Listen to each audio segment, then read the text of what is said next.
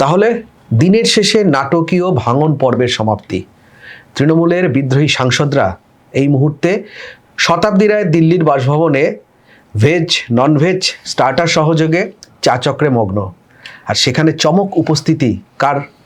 সেখানে চমক উপস্থিতি রাজ্যের মুখ্যমন্ত্রী শুভেন্দু অধিকারীর। ভূপেন্দ্র যাদবের বাড়িতে দিনভর যে বৈঠক হলো, তারপর নিশ্চিন্তে স্বস্তিতে এই মুহূর্তে চা চক্রে ব্যস্ত তৃণমূলের এই বিদ্রোহী সাংসদরা।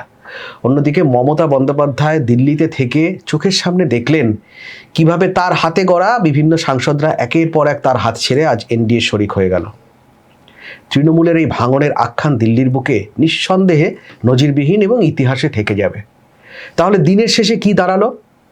আমরা কথা বলবো। আমার সঙ্গে রয়েছেন দ্য ওয়ালের editor in chief Shankhadeep Das. আমি প্রথমে মমতা বন্দ্যোপাধ্যায়ের পার্টে আসি। মমতা বন্দ্যোপাধ্যায়ের হাতে কি তাহলে পেন্সিল পড়ে রইল? দিনের শেষে তিনি সর্বহারা হয়ে গেলেন। হ্যাঁ, বলতে পারো তাই। তার কারণ হচ্ছে, দেখো, এই দেওয়াল লিখন তো বহুদিন ধরে স্পষ্ট ছিল। 4 মে বিধানসভা ভোটের ফলাফল ঘোষণা অনেক আগে থেকে, মানে তুমি বলতে পারো যে 2021 সালের ভোটের বিধানসভা ভোটের আগেও এই দেওয়াল লিখন লেখা ছিল। তাই? এবং হ্যাঁ, তৃণমূলের নেতারাই বলতেন ঘরোয়া আলোচনায় যে যেদিনকে তৃণমূল পার্টিটা পশ্চিমবঙ্গে ক্ষমতা হারাবে, তারপরে পার্টিটা তাসের ঘরের মতো ভেঙে পড়বে। এটা আমার কথা নয়, এটা তৃণমূলের অতি বড় নেতাদের কথাই ছিল। এটা আমি নিজের কথা বলছি না। তারাই এই সম্ভাবনার কথা, এই ভবিষ্যতের কথা, এই কথা বলতেন। আমার মনে আছে 2017 সাল তৃণমূল পার্টি অফিসে, এই যে তপসিয়ার পুরনো যে তৃণমূল পার্টি অফিস, সেই পার্টি অফিসে তৃণমূলের একটি সাংগঠনিক বৈঠক হচ্ছে। ওই বৈঠকে সেদিনকে তখনও মুকুল রায় ছিলেন পার্টিতে। মুকুল রায় পার্টিতে ছিলেন মানে এটা ডেফিনেটলি অক্টোবর মাসের আগের কথা হতে পারে, এটা মে জুন মাসের কথা বা জুলাই মাসের কথা, ওরকম একটা সময় হবে। কারণ মুকুল রায় ছিলেন, সেই সঙ্গে মমতা বন্দ্যোপাধ্যায় ছিলেন, অভিষেক বন্দ্যোপাধ্যায় ছিলেন, তালডাংরার তৎকালীন বিধায়ক সমীর চক্রবর্তী, যিনি তৃণমূলের মধ্যে বা বাংলার রাজনীতিতে বুয়াদা বলে পরিচিত, তিনি সেদিনকে বলেন যে পার্টির এখন এমন অবস্থা, পঞ্চায়েত স্তরের নেতারা পর্যন্ত মনে করেন যে কালকেই হয়তো দলটা ক্ষমতা থাকবে না, আজকে রাত্রিবেলার মধ্যেই যার লুটে পুটে নেওয়ার যেই তিনি এই কথাটা বলেন সমীর চক্রবর্তী, অমনি অরূপ বিশ্বাস উঠে দাঁড়িয়ে বলেন যে আরে বুয়াদা কি বলছো। তো মুকুল রায় বলছেন না, এটা ঠিক বলছেন না। তখন অভিষেক বন্দ্যোপাধ্যায় বলেছেন যে না, ওনাকে বলতে দিন। ফলে উনি বলেছেন, আর বলার পরে বেরিয়ে আসার পরে মিটিং শেষ হওয়ার পরে সুখেন্দু শেখর রায় আজকে রাজ্যসভা থেকে ইস্তফা দিয়েছেন, তিনি বুয়াদাকে বলেছিলেন যে বুয়া তুমি একদম ঠিক কথা বলেছো। আরো একজন সম্ভবত বলেছিলেন আপনি ঠিক কথা বলেছেন, তো আমার তার নামটা মনে পড়ছে না, কিন্তু এটা হয়েছিল। তার মানে 2017 সালেই এই ভাবনাটা ছিল যে যদি পার্টি কালকেই ক্ষমতা চলে যেতে পারে, আজকেই লুটে পুটে নিতে হবে যেভাবে হোক। তো দেওয়াল লিখনটা সেদিনকে স্পষ্ট ছিল। আজকে যেটা ঘটেছে সেটা তো ভবিতব্যই। এবং অরূপ বিশ্বাসের মতো নেতারা তখন তাদের ভূমিকা ছিল যে না, এটা হতেই পারে না, তো দিদিমণিকে ভুল বোঝানো, মমতা বন্দ্যোপাধ্যায়কে ভুল বুঝিয়ে everything is good, everything is fit and fine, মানে ময়লার উপর কার্পেট পেতে দেওয়া। কিন্তু ভেতর থেকে যে ঘুম ধরে যাওয়া, একটা চরম দুর্নীতিগ্রস্ত পার্টিতে পরিণত হওয়ার, সেটা যে সেদিনকেই হয়ে গেছিল, এই কথাটা তারই প্রমাণ। আমার কথা নয় কিন্তু, এবং সেটাই হলো আজ বাস্তব। আমার কথা নয়, তাসের ঘরের মতো ভেঙে গেল তৃণমূল কংগ্রেস। মানে কটা দিনের মধ্যে চোখের সামনে অবিশ্বাস্য বিষয়ের মতো লাগছে এক এক সময় যে এভাবে একটা পার্টি ভেঙে যেতে পারে। এবং আজকে যেটা দেখো হলো, আমরা সারাদিন বারবার আলোচনা এসেছি এবং বারবার আলোচনা এসেছি, কারণ হচ্ছে যে ডেভেলপিং স্টোরি। আমি বলেছি যে প্রতিটা মুহূর্তে ডেভেলপ করছে স্টোরিটা। যেমন তুমি বললে যে শতাব্দী রায়ের বাড়িতে যে চা চক্রের কথা, সেই চা চক্রেরও কার্যকারিতা কি সেটা আমি এই আলোচনায় করব। তার আগে যেটা দিনভর আলোচনা হয়েছে এবং যেরকম তথ্য ওখান থেকে এসেছে, এখান থেকে বসে তো আমাদের সবটাই ফোনে যারা বৈঠকে ছিলেন তার সাথে কথা বলে, তো সবটা প্রথমে, এবং অনেকে তখন বৈঠকের মধ্যে ছিলেন, তো সবটা তো গুছিয়ে ওঠা, সবটা বোঝাটা একটা সম্ভব হয় না একটা অনগোয়িং প্রসেসে। কিন্তু এখন ছবিটা মোটামুটিভাবে পরিষ্কার। সেটা হচ্ছে যে আজকে 9 নম্বর মতিলাল নেহরু মার্গে কেন্দ্রীয় পরিবেশ মন্ত্রী ভূপেন্দ্র যাদব, যিনি পশ্চিমবঙ্গের প্রভারী বা পশ্চিমবঙ্গের দায়িত্বপ্রাপ্ত নেতা, তার বাড়িতে তৃণমূল সাংসদরা যান। সকালে বলবো না, বেলাতেই যান, কারণ 11টার সময় একটা জমায়েতের কথা ছিল নর্থ এভিনিউতে, সেখান থেকে সবাই মিলে যাবেন, প্রায় 11:30 12টা তো বেজেই গিয়েছিল, তো দুপুরই ধরে নাও। এবং সেখানে নিশিকান্ত দুবে বিজেপি সাংসদ উপস্থিত ছিলেন। পরবর্তীকালে সেখানে আসেন মুখ্যমন্ত্রী শুভেন্দু অধিকারী। মোট 14 জন সাংসদ, এই অনেকে 20 জন বলছেন, 20 জন ওখানে ছিলেন না। আমি দায়িত্ব নিয়ে বলছি ওখানে 20 জন সাংসদ ছিলেন না, যেটা বিভিন্ন মিডিয়া করছে সকাল, বিভ্রান্তিকর খবর হচ্ছে।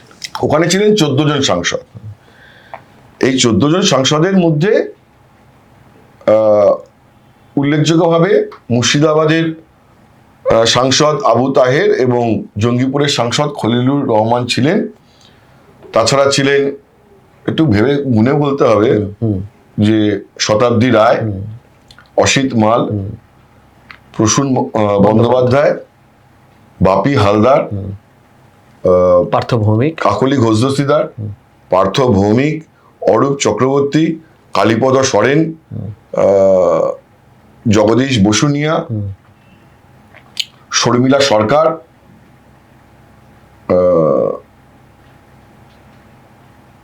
আর ধরো আর দুজন ছিলেন, প্রায় পরামুখস্থের মতো হ্যাঁ আমি ঘাটতে পেতে, আরো দুজন ছিলেন, তো ছিলেন বটেই। তোমার শত্রুঘ্ন সিনহা, না এরা ছিলেন না, মিতালি বাগ শত্রুঘ্ন সিনহারা ছিলেন না। ফলে তোমার আর দুজন ছিলেন, হচ্ছে আর দুজনের কথা যাই হোক, মানে মোটামুটি 14 জন ওখানে ছিলেন। হ্যাঁ এবং দুজন ওখানে না থেকেও ছিলেন। তারা দুজন হলেন যে ইউসুফ পাঠান আর ইউসুফ পাঠান, রচনা বন্দ্যোপাধ্যায়। হ্যাঁ, এই যে 14 জন ছিলেন, যাদের যে দুজনের নামে জুন মালিয়া ছিলেন এবং দেব তথা দীপক অধিকারী ছিলেন।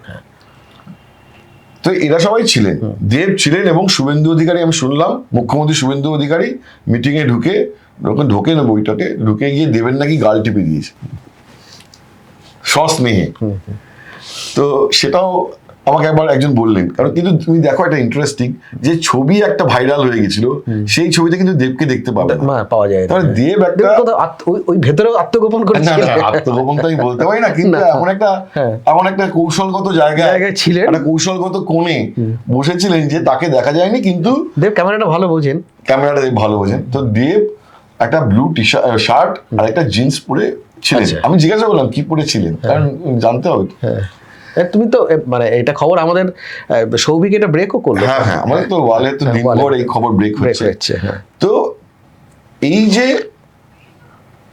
14 জন ছিলেন এবং যে দুজন যারাও সই করে দেবেন, ঠিক হয়েছে যে এখনই এই 19 জন তো নেই এখনো, যদিও বাইরে বলে দেওয়া হচ্ছে 20 জন না। তো একটা নিজার রিয়াকশন হয়ে যাবে যদি এদেরকে এখনই বিজেপিতে জয়েন করা। প্ল্যানটা বরঞ্চ বৃহত্তর। কিরকম প্ল্যানটা বৃহত্তর? এই কারণেই যে অলরেডি তৃণমূলের একটা ব্লক তৈরি হয়েছে বিধানসভায়, ঋতব্রত বন্দ্যোপাধ্যায়কে বিরোধী দলনেতা করা হয়েছে। সিমিলার একটা ব্লক এবার দিল্লিতে তৈরি হচ্ছে। বেশ, সেই ব্লকের এখন কোনো নেতা নেই। যেমন ঋতব্রত এখানে দলনেতা, পরিষদীয় দলনেতা নির্বাচিত হলেন ঋতব্রত বন্দ্যোপাধ্যায়, 58 জনের সই সহ, 57 জনের সই সহ এবং তার নিজস্ব। তবে দিল্লিতে ব্লকটার কিন্তু এখন কোনো নেতা নেই। কি আছে? বিধানসভা ভোটের আগেও পর্যন্ত বা এখনো কাকলি ঘোষ দস্তিদার খাতায় কলমে মুখ্য সচেতন, লোকসভায় তৃণমূলের মুখ্য সচেতন। বিধানসভা ভোটের পরে মমতা বন্দ্যোপাধ্যায় সিদ্ধান্ত নিলেন যে না, কাকলি ঘোষ দস্তিদারকে সরিয়ে আবার কল্যাণ বন্দ্যোপাধ্যায়কে মুখ্য সচেতক করা হবে। কিন্তু এই এটা তো পার্টির সিদ্ধান্ত, সেই কমিউনিকেশনের চিঠিটা স্পিকারের কাছে যায়নি, পদ্ধতিগত একটা ত্রুটি রয়ে গেছে। যায়নি যখন, তাহলে খাতায় কলমের লোকসভায় এখনো মুখ্য সচেতক কে? তৃণমূলের chief whip Kakoli Ghosh Dastidar, right? তারপরে কাকলি ঘোষ দস্তিদার তিনি চিফ হুইপ হিসেবে স্পিকারকে চিঠি দেবেন যে আমাদের সঙ্গে তৃণমূলের এতজন সাংসদ রয়েছে, আজকে 14 জনের ওখানে সই হয়েছে, ইউসুফ পাঠান এবং রচনা বন্দ্যোপাধ্যায় সই করে দেবেন। কাকলি ঘোষ দস্তিদার অনেকের কাছে দাবি করেছেন যে অনলাইনে নাকি সিগনেচার পাঠিয়ে দিয়েছেন। অনলাইনে সিগনেচার করে পাঠায় আমি জানি না, হয়তো কনসেন্ট পাঠিয়েছেন। এছাড়া পড়ে রইলেন কে, বাকি অনেকের পড়ে রইলেন। কিন্তু এই যে 16 জন হয়ে গেল একটা ব্লক, এটা তো এখনই বিজেপি জয়েন করছেন, তাহলে জয়েন না করলে বাকিদের কাছে এটা অচ্ছুত না। সুতরাং এরপরে মালা রায়, মিতালি বাগ, প্রতিমা মণ্ডল, এদেরও সবার একটা সই সংগ্রহের ব্যাপার হবে।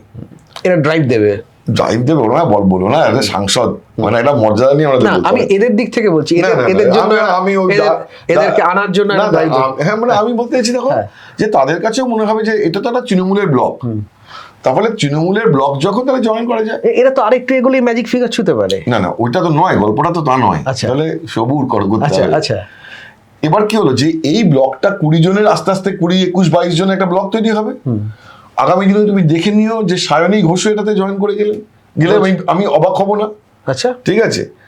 তো আর খলিলুর রহমান বা আবু তাহের তারা সংখ্যালঘু সাংসদ, কিন্তু তাদের তো তৃণমূলের ব্লকে, তারা তো বিজেপির সঙ্গে যাচ্ছে না, তাদের তৃণমূলের ব্লকে সই করতে অসুবিধা নেই, তারা করে দিলেন।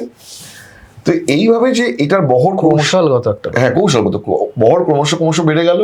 তাহলে লোকসভায় রইল একটা তৃণমূলের ব্লক, যে ব্লকের মুখ্য সচেতক হয়ে আজকে কাকলি ঘোষ দস্তিদার বললেন যে আমাদের আগামী দিনের যে রণকৌশল বা আমাদের আগামী দিনের যে অবস্থান হবে, যে আমরা এনডিএর পার্টনার। হ্যাঁ, উনি বললেন আজকে যে আমরা এনডিএর সঙ্গে আছি। এনডিএ মানে হচ্ছে বিজেপির নেতৃত্বাধীন জাতীয় গণতান্ত্রিক জোট।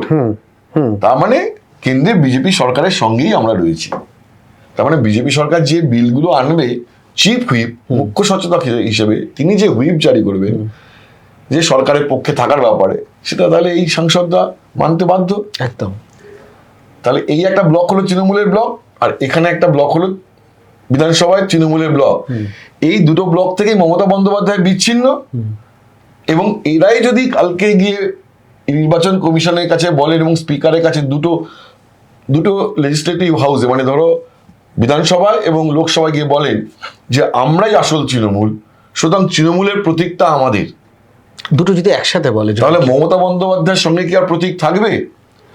আজকে এরা যদি বিজেপি জয়েন করে যেতেন তাহলে কিন্তু এটা, তাহলে এই বৃহত্তর জায়গাটা পৌঁছানো যেত না। বৃহত্তর জায়গায় পৌঁছানোর কৌশল হচ্ছে যে তৃণমূলের সিম্বলটাকে নিয়ে নাও। কৌশলগত ভাবে এটা মাস্টার স্ট্রোক, মারাত্মক মাস্টার স্ট্রোক তো খুব, দেখো আমি মনে করি ওভার সিম্পলিফিকেশন। কাল क्या होगा किसने जाना, মানে কিসকো পাতা, তো কালকে কি হবে কেউ জানে না। এবারে এই যে তৃণমূল পার্টিটাকেই তারা নিয়ে নিলেন, তারপরে তৃণমূল পার্টিটাকেই তারা বিজেপিকে মিশিয়ে দেবেন কিনা কিছু জানি না, আমি সত্যি জানি না। কিন্তু আপাতত যেটা মনে হচ্ছে, পুরো মমতা বন্দ্যোপাধ্যায় এবং অভিষেক বন্দ্যোপাধ্যায় কালীঘাট এবং ক্যামাক স্ট্রিটকে এই তৃণমূলের দুটো ব্লক থেকে পুরোপুরি বিচ্ছিন্ন করে দেওয়া হলো। মেজরিটি একেবারেই তাই। এখন যদি তুমি দল ভাঙানোর কথা বলো, তো 28 জনের মধ্যে 19 জনের দরকার ছিল, ওই সিম্পল খেলাতে গেল না। আর একটা নিজার ব্যাপার আছে, সেই নিজার ব্যাপার এড়াতে চাইলো বিজেপি। সেটা হচ্ছে সবে পশ্চিমবঙ্গে বিধানসভা ভোটে ফল ঘোষণা হয়েছে, এখনই যদি তৃণমূলের 18 জন 19 জন সাংসদকে ভাঙিয়ে নিয়ে আসে, জয়েন করিয়ে দেয়, তাহলে বিজেপির গ্রাসরুটের কর্মীদের মধ্যে একটা অসন্তোষ তৈরি হতে পারে। তবে অটল বিহারী বাজপেয়ী একটা কথা বলতেন যে ঠান্ডা কারকে খাও, ঠিক আছে, ঠান্ডা হয়ে গেলে তারপরে খাও, তাহলে জিভ পুড়ে যাবে। তো এই ঠান্ডা কারকে খাওয়া হলো। দেখো আজকে তুমি এই কথাটা সূত্রে আমার মনে হলো, পার্থভৌমিক বসেছিলেন ওখানে, হ্যাঁ, ব্যারাকপুরের সাংসদ অর্জুন সিং আজকে তারপরেই ওখানে সোচ্চার হলেন যে ব্যারাকপুরের কমিশনারের সঙ্গে দেখা করবেন পার্থর গ্রেপ্তারের দাবিতে, নানাবিধ মামলার পরিপ্রেক্ষিতে। অর্জুন সিংকে নিশ্চয়ই পার্টি বলবে, ঠিক যেরকম ভাবে প্রিয়াঙ্কা টিবরেওয়াল নেমে পড়েছেন, পার্টি প্রিয়াঙ্কা টিবরেওয়ালকে বিরত করেছে, অর্জুন সিংকে নিশ্চয়ই বিরত করবে। এবং এটা তো আর তৃণমূল পার্টি নয় যে অর্জুন সিং যা বলবেন, মানে এই যে বিদ্রোহটা তৃণমূলে থাকাকালীন করা সম্ভব ছিল, সেটা বিজেপিতে সম্ভব নয়। অর্জুন সিংও ভুলে গেলে চলবে না যে অর্জুন সিং তার নিজের লোকাল পলিটিক্সে কম্পালশন এই কথাটা করেছেন, কিন্তু মানে এটাও না সেই হাতির দাঁতের মতন, দেখানোর এক আর খাবার এক, এটা দেখানোর দাঁত, খাবার নয়। আচ্ছা, খাবার নয়। এনডিএর তো অনেকটা স্বস্তির জায়গা আছে। দেখো তুমি ডিলিমিটেশন বিল বলো বা যে কোনো বিলের ক্ষেত্রে একটা তো লাজেগোবরের অবস্থা হচ্ছিলই বিজেপির একক সংখ্যাগরিষ্ঠ না থাকায়। সেখানে ডিএমকে স্ট্যালিনকেও কিন্তু বিজেপি পাশে পেয়ে গেছে অলমোস্ট, কারণ স্ট্যালিনও দেখতে পাচ্ছি যে তার পার্টি ভেঙে যায়, তারা তো 22 জন মানে সাংসদ রয়েছে, তো ফলে তিনিও কিন্তু ভেতরে ভেতরে বার্তা দিয়েছেন তিনি বাবারই। বিলে সাপোর্ট করে দেবেন, ফলে ওর পার্টি কিন্তু ভাঙেনি, অটুট রাখতে পেরেছে এখনো অব্দি পার্টি। কিন্তু তৃণমূল তো পারলো না, পারলো না। তৃণমূল পারলো না। তো আজকে এখনো পর্যন্ত যেটা দেখা যাচ্ছে যে একটা ব্লক তৈরি হয়েছে, এটা ক্রমবর্ধমান ব্লক।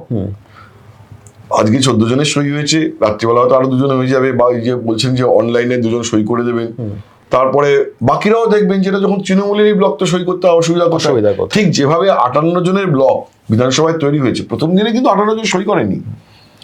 যে রবিবার মমতা বন্দ্যোপাধ্যায় বাড়িতে বৈঠক ডেকেছিলেন সেদিনকে 24 জন 25 জনই সই করেছিলেন।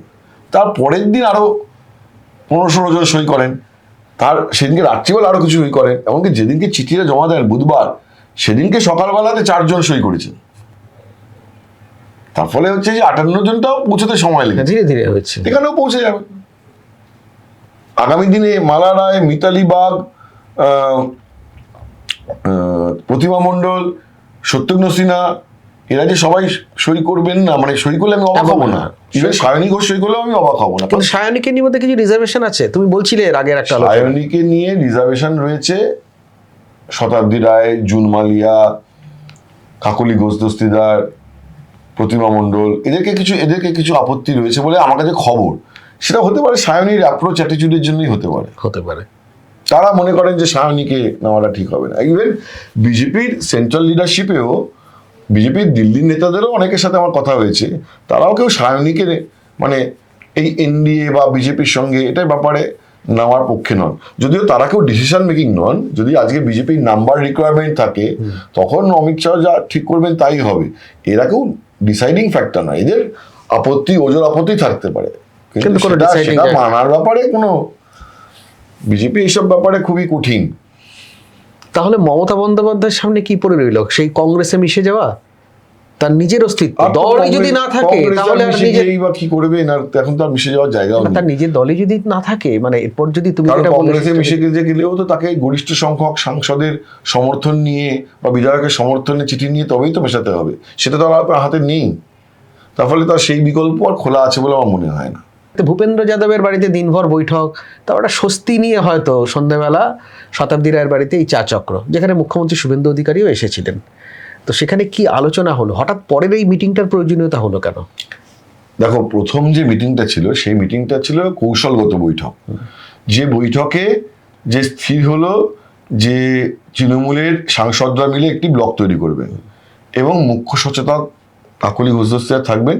কোনো নেতা এখনো কিছু হলো না, কারণ তৃণমূলের সংসদীয় দলের নেতা তো অভিষেক বন্দ্যোপাধ্যায়, সেটা তো এখন এরা কিছু করতে পারবেন না, এরা একটা ব্লকই তৈরি করতে পারবেন। তো ব্লকটা তৈরি করলেন, ওরা মুখ্য সচেতক হিসেবে কাকলি ঘোষ দস্তিদার চিঠিটা দেবে। এসব তো ওই নিটিগ্রিটি খুঁটিনাটি যেগুলো আমি নাট বল্টু বলি সেগুলো হয়ে গেল। এবার যে তৃণমূল সাংসদরা আজকে বিজেপির সঙ্গে একটা সমঝোতায় গেল, যোগ দিল না এখনো, সমঝোতায় গেল, তাহলে তো তারা তাদের এলাকায় গিয়ে তাদের নিরাপত্তার বিষয়টি রয়েছে, তারা তাদের অবস্থান কি হবে, ঠিক আছে আগামীতে। হ্যাঁ, এইসব যে একটা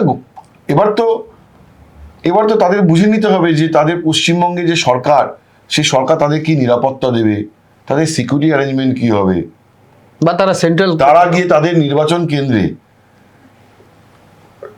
স্বাভাবিক রাজনৈতিক কর্মকাণ্ড করতে গিয়ে যেন কোনো বাধা না পান, এবং ওখানে গিয়ে যেন বিজেপির কোনো কর্মীরা তাদের উপরে যেন চড়াও না হন।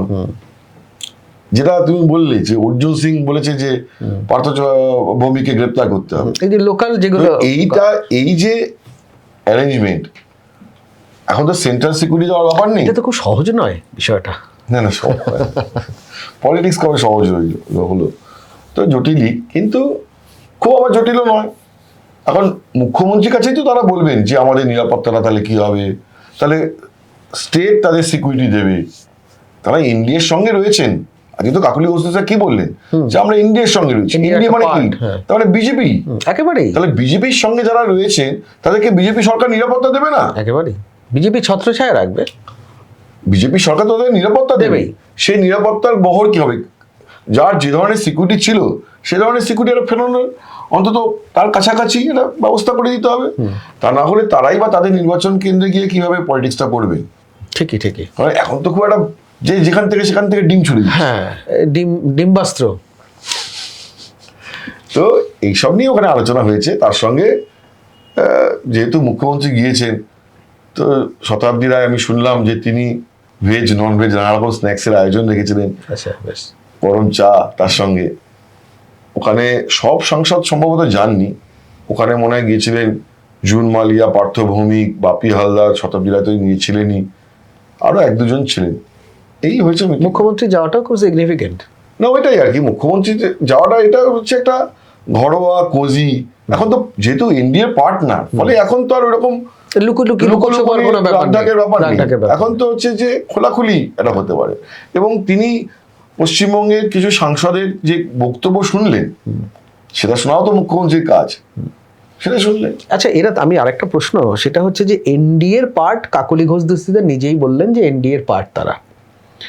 তো এনডিএর যখন পার্ট হয়েই গেলেন মোটামুটি ভাবে, সেক্ষেত্রে এনডিএর মাথার যে কাউন্ট হবে, তাতে কি এদের কাউন্ট করাবে? হ্যাঁ, এই যে মুখ্য সচেতক হিসেবে তিনি যে চিঠি দিলেন, এই চিঠিতে যতজনের সই থাকবে বা জুড়বে, সবাই কিন্তু এনডিএর সাপোর্টিং। তাহলে এদের মধ্যে থেকে কেউ মন্ত্রিত্বের দাবিদার হতে পারে বা আশা করতে পারে কি? সেই জায়গায় পৌঁছয়নি। সেই জায়গায় পৌঁছলে পশ্চিমবঙ্গে বিজেপির মধ্যে গণ অভ্যুত্থান ঘটে। আমি সেটাই ভাবলাম, তুমি যেটা বললে অত্যন্ত জটিল, সেখানে সেটাতে পশ্চিমবঙ্গে এখন দেখো তুমি, বিজেপির যে এখানে সাংসদরা রয়েছেন 12 জন সাংসদ, তাদের মধ্যে মাত্র 2 জন প্রতিমন্ত্রী তো রয়েছেন, জাহাজ প্রতিমন্ত্রী আর আরেকজন শিক্ষা দপ্তরের প্রতিমন্ত্রী হচ্ছে সুকান্ত মজুমদার। তারা তো পূর্ণমন্ত্রীও নন। এর একটা দাবি উঠছে এখন, যেহেতু বিজেপি এখন খুব স্ট্রং একটা সব জায়গা থেকেই একটা যে নতুন হবে। আমার মনে হয় যে কেন্দ্রে যদি রদবদল হয় মন্ত্রিসভার, তাহলে পশ্চিমবঙ্গ থেকে যেহেতু 208 জন বা তৃণমূলের বিধায়ক, বিজেপির বিধায়ক রয়েছেন, তারপরে নিশ্চয়ই ক্যাবিনেট সাংসদদের মধ্যে একটা থাকতেই পারে। তো যাই হোক, একটা মানে তোমার কথায় যেটা হলো যে একদিকে তারা এনডিএতে যোগ দিল, কিন্তু তাদের একটা সিকিউরিটি দেওয়া, তারা রাজ্যে এসে কতটা কিভাবে কাজ করতে পারে। দেখো, এদের দুটো সম্ভাবনা রয়েছে। একটা হচ্ছে বিজেপির একটা সিকিউরিটি দেবে, তারা তাদের মতো করে স্বাধীনভাবে কাজ করবে। আবার পাশাপাশি এটাও রয়েছে আশঙ্কা যে একদিকে তৃণমূল কংগ্রেসটা তারা এতদিন করতো, তৃণমূলের কিছু কর্মীর ক্ষোভ বিক্ষোভের একটা মুখে পড়তে পারেন।